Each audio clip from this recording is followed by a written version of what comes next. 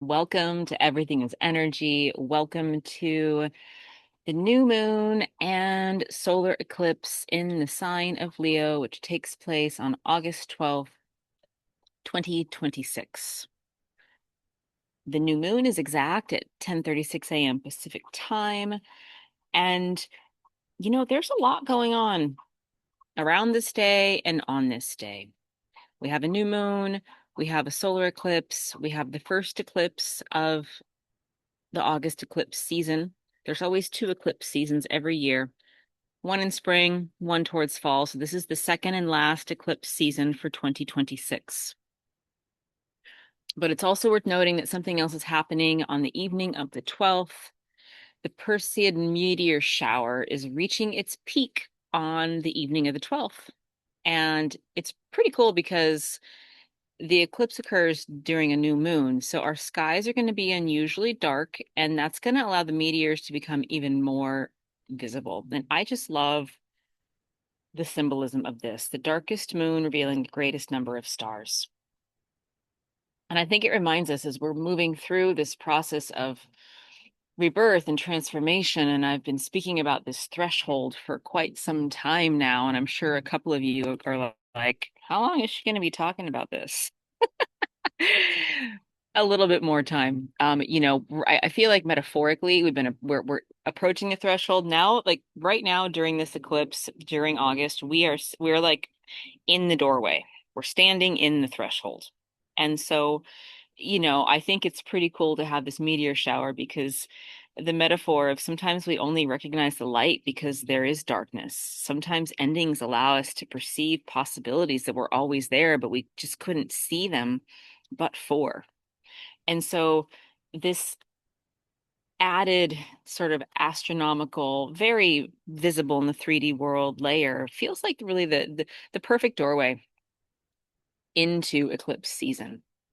And I want to begin with the solar eclipse, particularly what it is, just for us to kind of wrap our minds around it. A solar eclipse occurs when the moon passes directly between the earth and the sun. And for that moment, the moon obscures the sun's light. And solar eclipses always happen on new moons. They are associated, all eclipses either are associated with a north or a south node. I'll get to that in a little bit. But, for a brief moment, the moon is obscuring the sun's light. And if we think back to ancient cultures across the world, they regarded eclipses as sacred interruptions or resets. And, regardless of what the particular thoughts or mythology were, the ordinary rhythm of the heavens paused during an eclipse. Kings postponed battles, communities gathered, priests observed.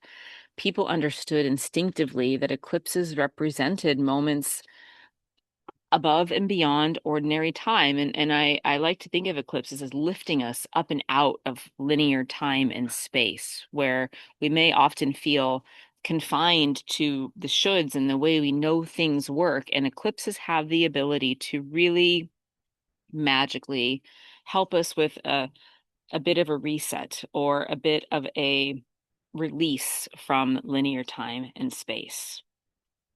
And, I just kind of want to say this isn't any ordinary new moon because solar eclipses really initiate changes that unfold over many months. And, depending on who you're talking to, most astrologers would tell you there's a 6-month orb that follows an eclipse that says the themes might be percolating for a couple weeks before the eclipse. They might sort of let themselves be known around the time of the eclipse. It's absolutely not the case that it needs to happen at 10:36 a.m. on August 12th by any stretch. But it also continues to play out for the next 6 months of time. And, so eclipses alter directions. They reveal unseen pathways. They kind of also, especially since we're in a South Node eclipse, they're going to help us remove what is completed. And, South nodes, if we think about the North Node being where we're headed, the South Node is where we've been. And so this is not simply a beginning emphasis. This is a clearing eclipse. And the South Node can represent accumulated karma or old identities or inherited patterns, habits, And if we think about this is applying to us, microcosm, and the collective macrocosm. So are there things within us? Are there things in our world that are just there because they've always been there? And now we're able to look at them with a new set of eyes and realize what's working and what's fulfilled its purpose, essentially. You know, and I would say one of the themes is, what leadership style no longer belongs to the future? What version of ourselves are we ready to thank and then let go?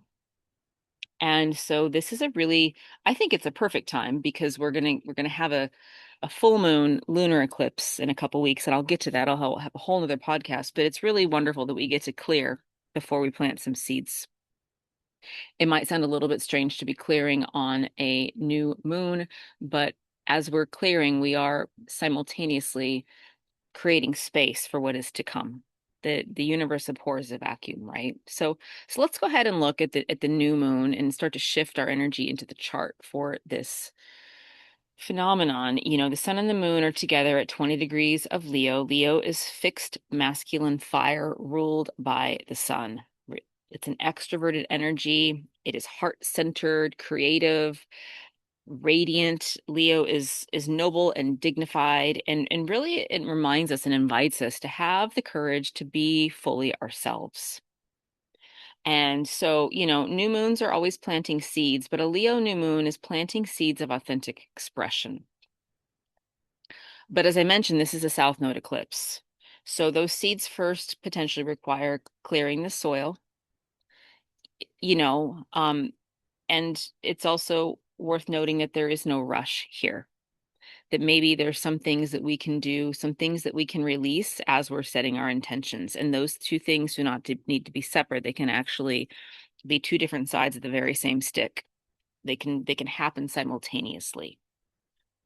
And so, it's also interesting that, Leo in its uplifted version of itself is heart-centered, is exuberant, is a leader with high standards. And every sign and every planet has its uplifted and its shadow aspects, but you know, the less healthy expressions of Leo can be controlling or overconfident or prideful. And so again, I would say that this eclipse is really kind of inviting the higher octave of Leo, and it's inviting us to entertain this notion of what kind of leadership belongs to our future. And now I want to shift to what I believe is potentially the most extraordinary feature of this chart. Usually I save it for the end, but there's so much going on in this chart. I have to tell you, there's several major, relatively rare astrological configurations that I'm going to walk through next, that any one of these in and of themselves would be worth a podcast and worth enough talking about, but we've got several. So the first is a kite.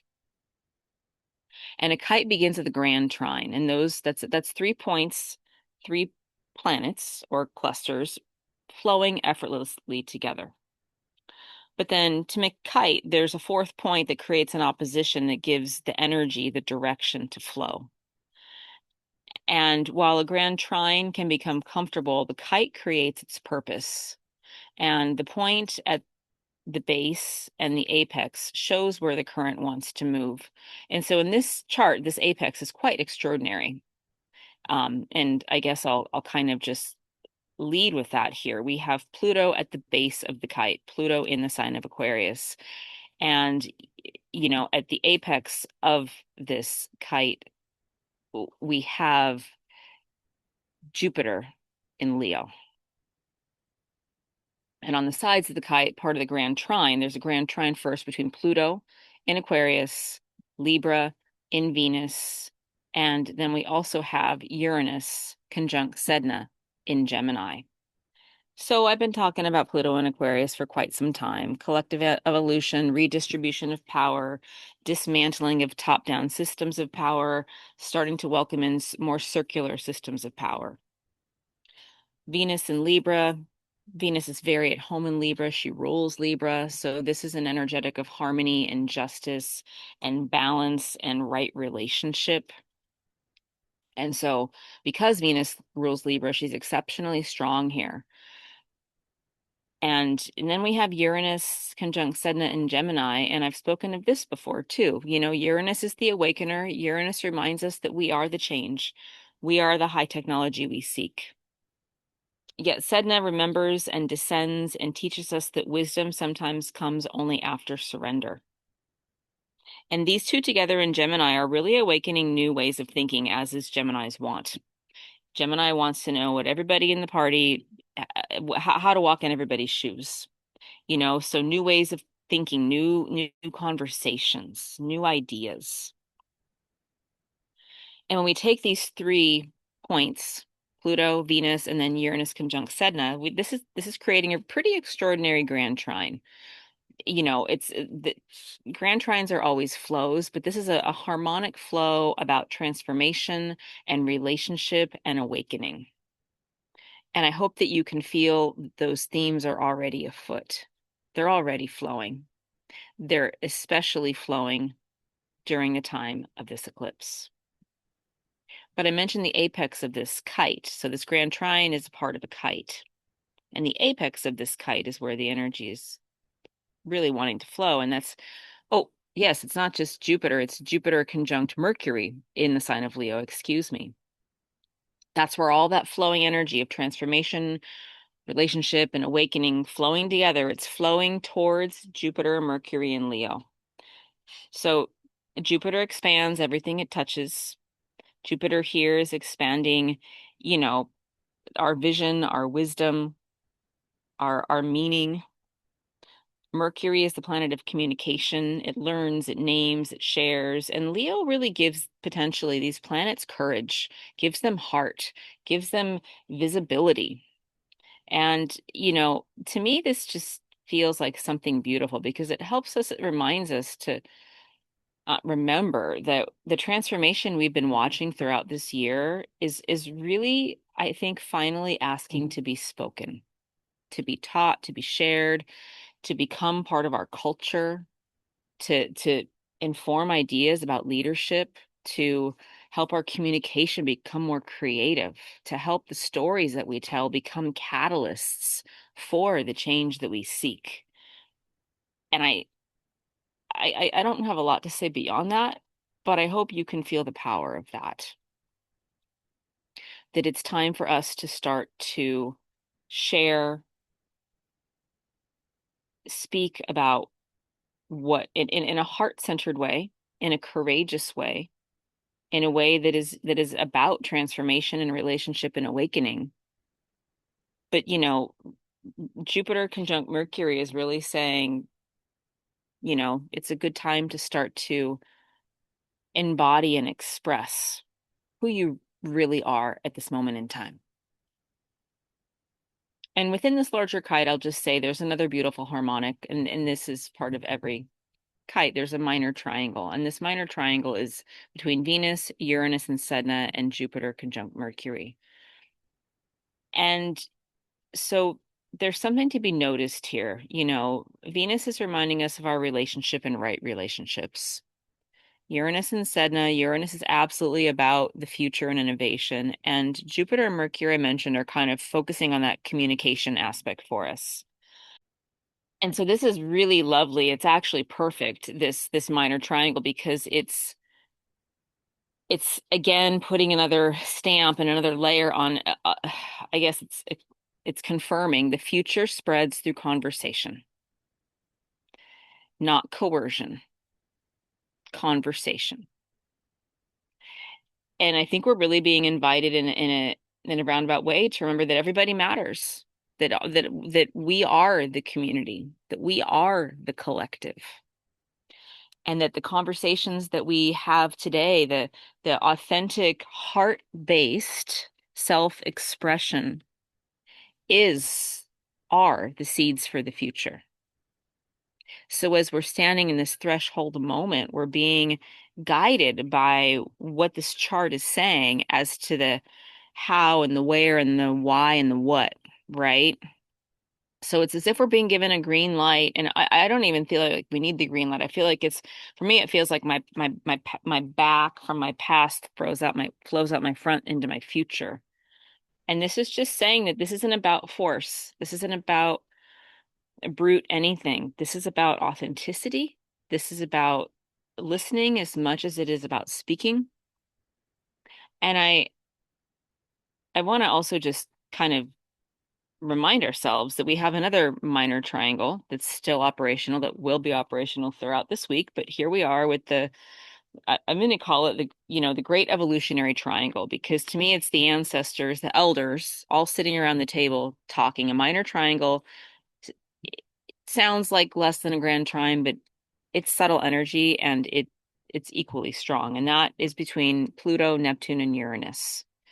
So Pluto's transformation, Neptune is vision, Uranus is awakening, and they're all still not only communicating, they're supporting each other, they're building the future, they're in harmonious planning mode. And let's remember that Neptune is at the apex, reminding us that vision gives meaning to our transformation. Without vision, change can feel chaotic, but with vision, change becomes evolution. And so it's really asking and reminding us, instead of simply reacting or trying to put Humpty Dumpty back together again, we're really being invited to be present and notice what inspires us. And on the heels of the Lion's Gate, just a few days before this solar eclipse on the 8th, there are potentially really beautiful downloads coming through from the stars. And if we think about what's possible for our future, I think we can feel in our bones how much change is needed and how much we desire the things that are meaningful to our heart. I think it's really wonderful for us to really be able to start to some, plant some seeds, put some things into motion.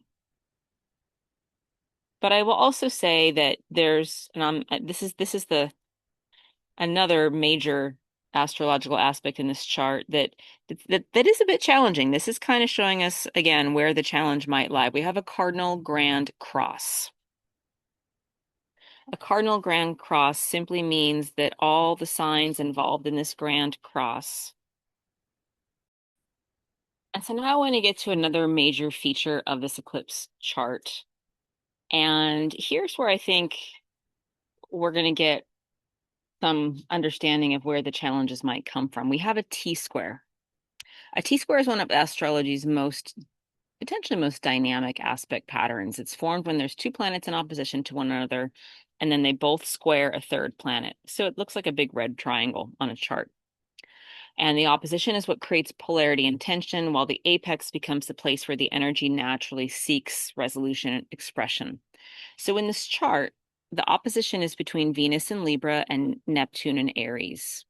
And both of these are squaring Mars at 0 degrees Cancer, which is tightly conjunct the brilliant fixed star Betelgeuse, and Betelgeuse being at 29 degrees of Gemini. So this immediately tells us something pretty important. This is letting us know that this eclipse is not merely asking us to contemplate change. That ship has sailed. We're in the threshold. This eclipse is asking us to embody it. And the pressure of the chart wants movement, and Mars becomes the through point through which that movement potentially enters the world. But let's back up. Let's begin with the opposition itself first. Venus is again in the sign she rules, exceptionally strong in Libra. And in Libra, she's about justice and harmony and balance, as well as beauty and diplomacy. And really, I would say our capacity to meet one another as peers and as equals. You know, I would even go so far to say that Venus in Libra believes that relationship itself is sacred. Reciprocity. She reminds us that cooperation is not weakness, it's one of humanity's greatest strengths. And opposing Venus is Neptune in Aries. Neptune dissolves boundaries. It's the planet of illusion and delusion. It governs dreams and spirituality and imagination and compassion, as well as our deepest ideals. And so in Aries, Neptune is absolutely dreaming a new beginning. It's inspiring us to imagine a different future. But at the same time, being the planet of illusion and delusion, it can also blur the line between inspired courage and unconscious projection. And, I think together Venus and Neptune create a really fascinating polarity because Venus is asking, how do we relate to each other? And Neptune is asking, what future are we trying to bring into being? And so Venus wants that justice and balance expressed through relationship, while Neptune wants it expressed through courage. And I guess I would just say that there's the potential for tension to happen when our ideals have not yet become embodied in the 3D world in the way that we can actually live with each other. And so again, this means we're in the threshold.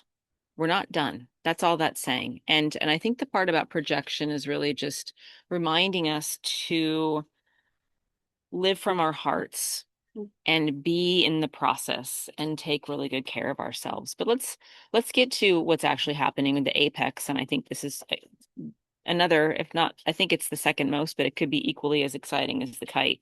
Mars conjunct Betelgeuse is the apex of this T square. And so all this energy between Venus and Neptune, how do we relate to each other? What future are we trying to bring into being? Is funneled, excuse me, toward Mars. Mars wants action and will and initiative and courage, but also protection and potentially conflict.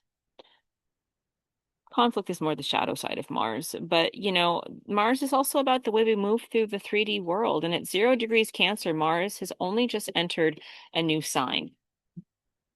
And I think this is important to note because Mars is learning an entirely different language in Cancer. Might not be its favorite spot, but that doesn't matter. It's there, and Cancer is influencing the energy of Mars. So potentially, instead of acting from impulse or conquest or just individual raw ambition, Mars in Cancer is inviting us to entertain the question of what nourishes life and to protect that. And here, I think it's really beautiful because the strength here is that Mars can become protective rather than aggressive. And its courage can become more relational in that way as well. And its purpose, because Mars wants to act for something, it can be about potentially stewardship.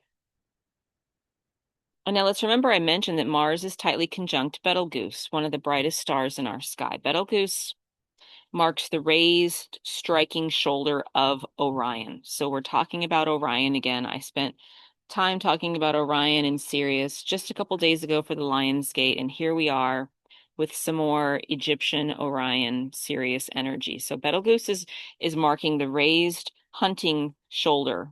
Orion's a mighty hunter. Betelgeuse marks the striking arm's shoulder. And, in Greek mythology, Orion was outmatched in strength and skill. But as the story goes, eventually his hubris took the best of him. He boasted he could conquer every creature on Earth. And the Earth herself, through Gaia, answered that arrogance by sending the scorpion, bringing Orion's conquest to an end. And, the mythology reminds us that power without humility eventually reaches its limit. It's worth noting, though, that compared to the Greeks, the Egyptians saw something different. You know, for them, Orion was identified with Osiris, the god of death and renewal and agriculture and resurrection. And, here the raised arm no longer symbolizes domination. It becomes a symbol of regeneration, of this eternal cycle that life continually renews itself through. And I find that really wonderful and I guess a little bit soothing and at least incredibly meaningful in this chart. Mars is the archetypal embodiment of action, and it's standing precisely at the place where these two stories meet.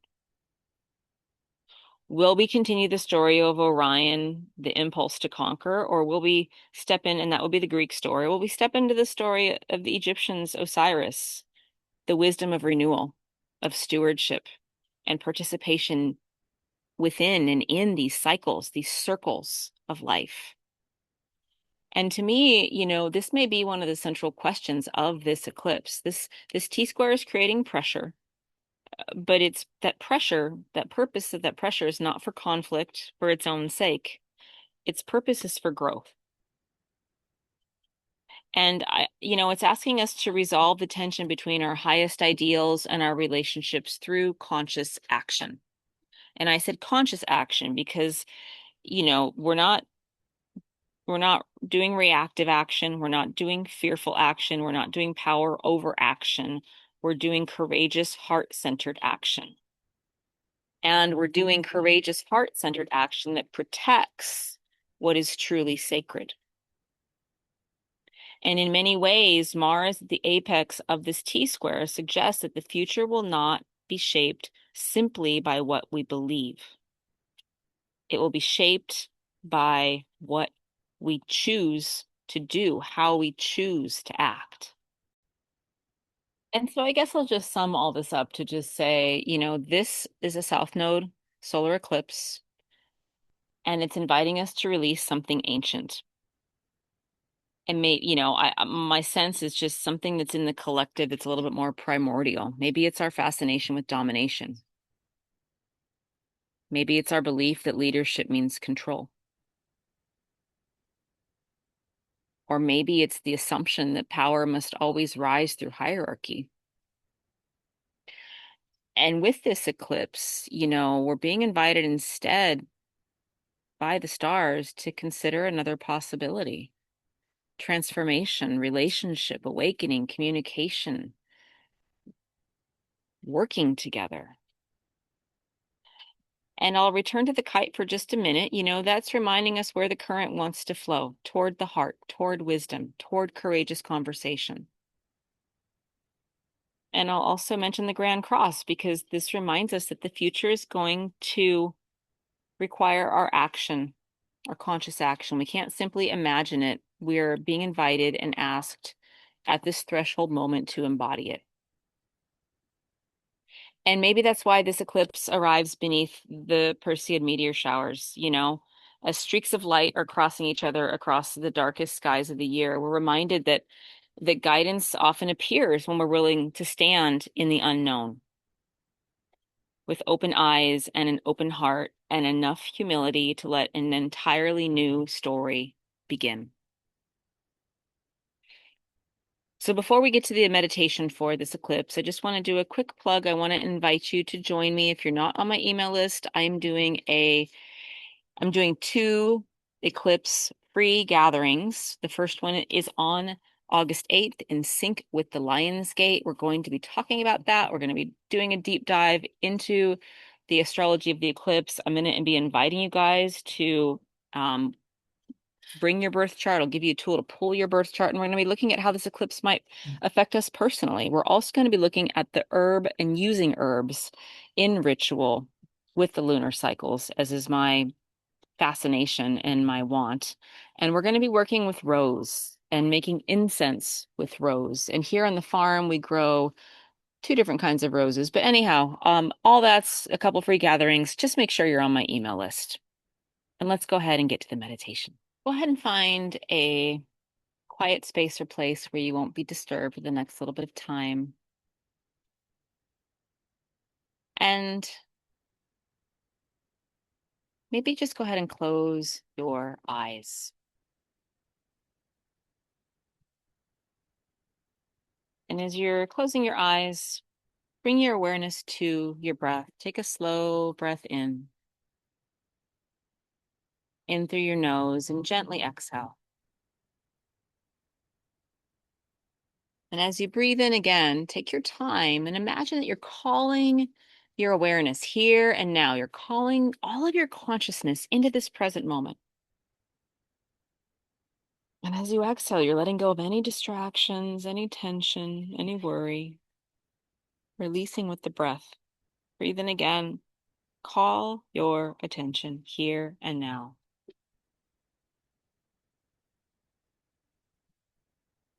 Breathing out, letting go anything known or unknown that's ready to be released.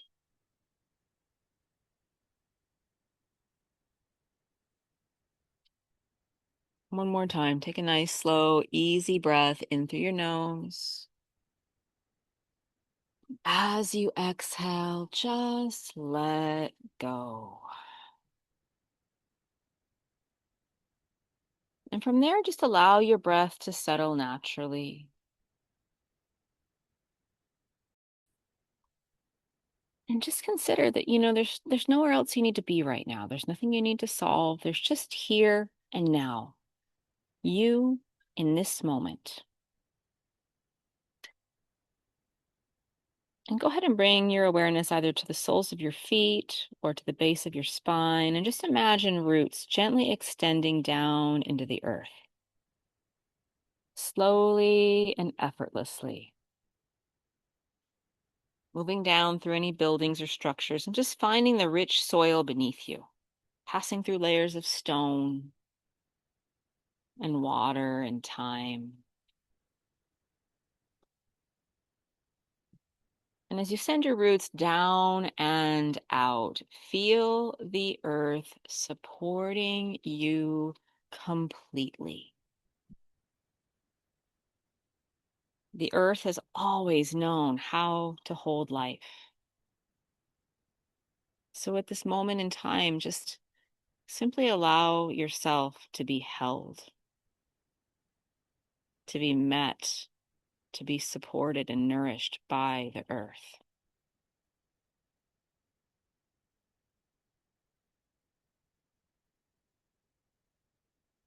And now bring your awareness above you. Imagine that you're seated or lying or standing outside beneath the vast night sky. The stars, the new moon, and this just quiet immensity of space. And as you connect, look up, that you can feel that there is actually no separation between you and the stars. There is obviously time and space, but their light is reaching you. And as you're here on this planet at this juncture, in this moment in time, you are standing or seated exactly where you belong, between the earth and the sky. And go ahead and take another slow breath in through your nose. And as you exhale, you can repeat or you can just receive, I belong to the earth. And notice how that feels when you say that. I belong to the earth.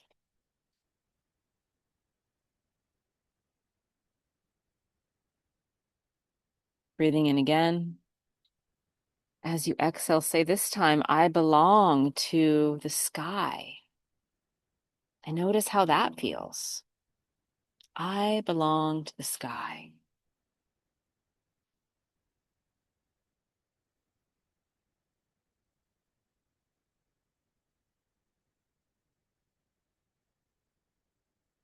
And now bring your awareness to your heart and your third eye. You can place your fingertips on both of those spaces. You can just simply bring your focus right there.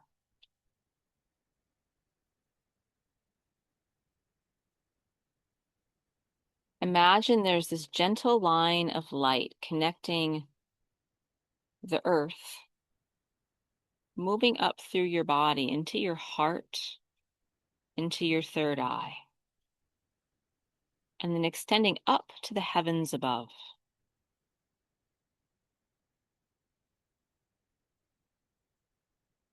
And this line of light is fluid. It's moving in both directions. It's not pulling, it's not striving, it's simply connecting.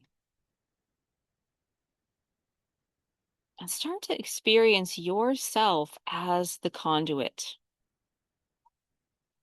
as the connection point between the earth and the sky.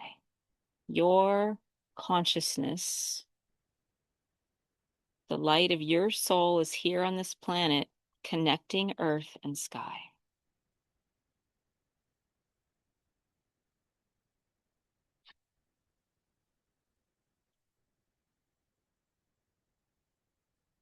And as you look up, you can kind of just loosely let float in the background all of those astrological aspects, all of those harmonics that are singing in the sky right now,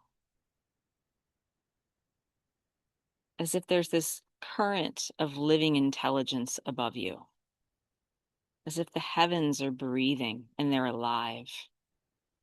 And they're not speaking in words, they're speaking in rhythm and energy and relationship and harmony. And as you breathe in now,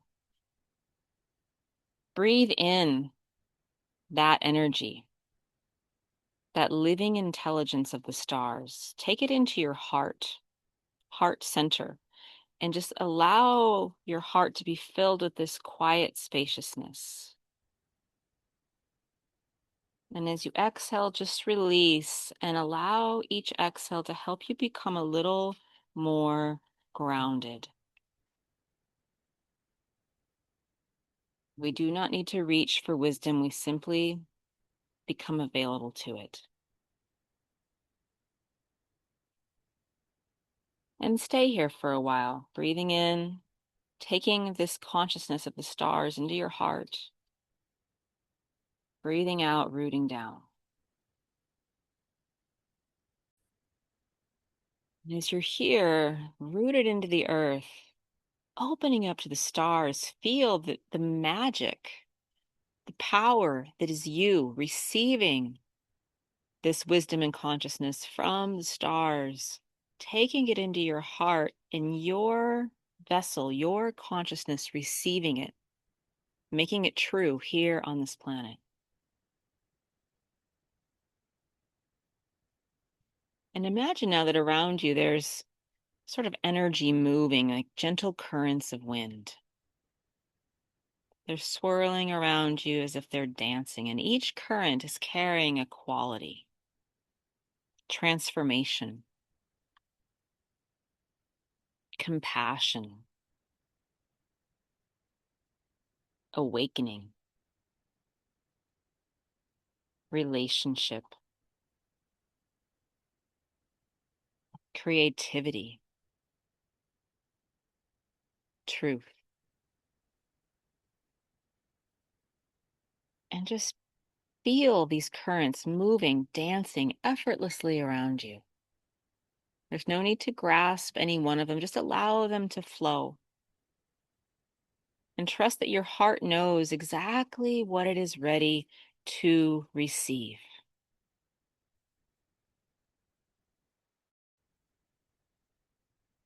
And imagine that whatever light and whatever energy is meant for you is flowing into your heart. And maybe repeat or receive the words, may I receive only what serves my highest good. May I receive only what serves my highest good. May wisdom arrive in its own perfect timing.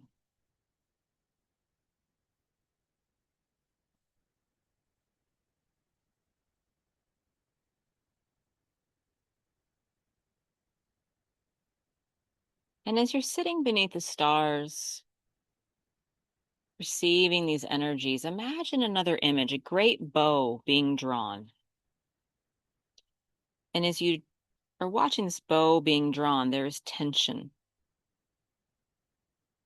there's purpose, and there's direction.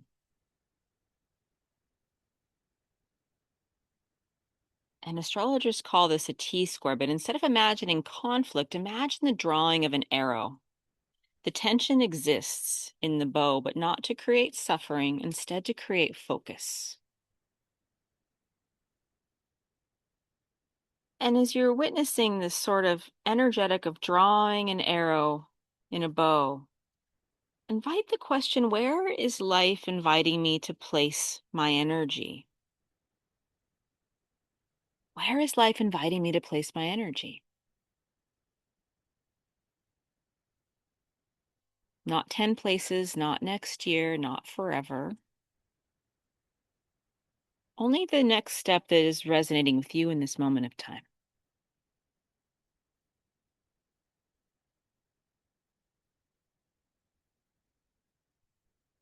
And now imagine placing one intention into your heart, only one. Let it be simple and honest and alive and something you don't need to know how it's going to unfold exactly. You're simply offering it like planting a seed.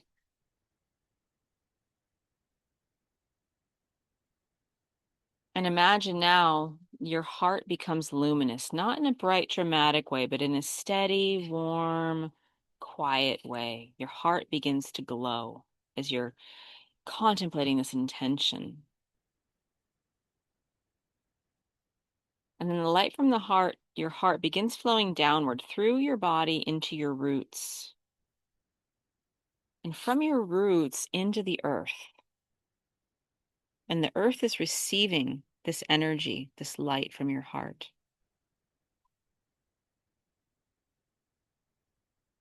And now imagine the earth as a living being responding, and a gentle, warm energy rises upward through your roots from Mother Earth herself. It rises up through your roots into your body, into your legs, up into your heart. And at the same time, experience and look up and see the stars quietly shining above, not sending you exact, precise, immediate answers, simply reminding you that you belong to something immeasurably vast.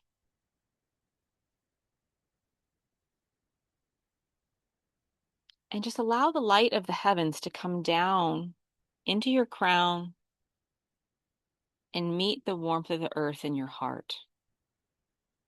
So you're receiving the nourishment from the earth and the light from the heavens, and it's meeting and melding and mixing with the light of your heart.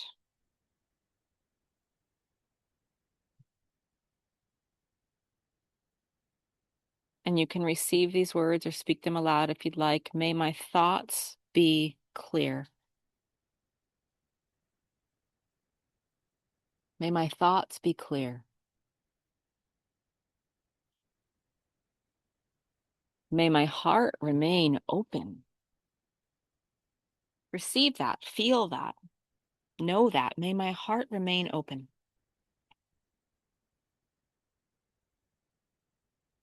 And finally, may my actions serve life. May my actions, the ones I take, serve life.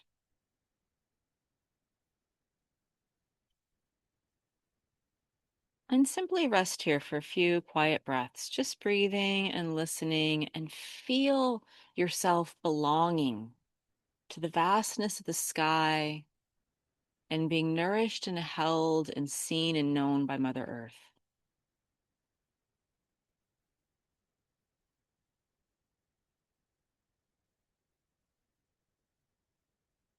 And as we prepare to enter this threshold in eclipse season, remember that an eclipse is not asking us to become someone different.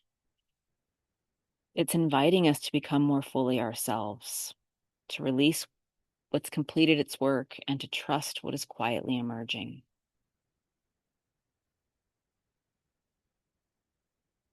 Go ahead and take one final deep breath. As you breathe in, feel the earth beneath you and the sky above you, as well as your own heartbeat. And really experience yourself as the place where these two worlds meet. You are the conduit. You are the bridge.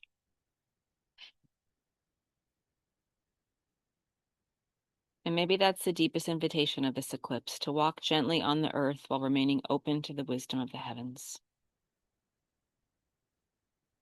Have a blessed eclipse season. Make sure you're on my email list for access and recordings to both eclipse gatherings. I'm grateful for you. Bright blessings and so much love.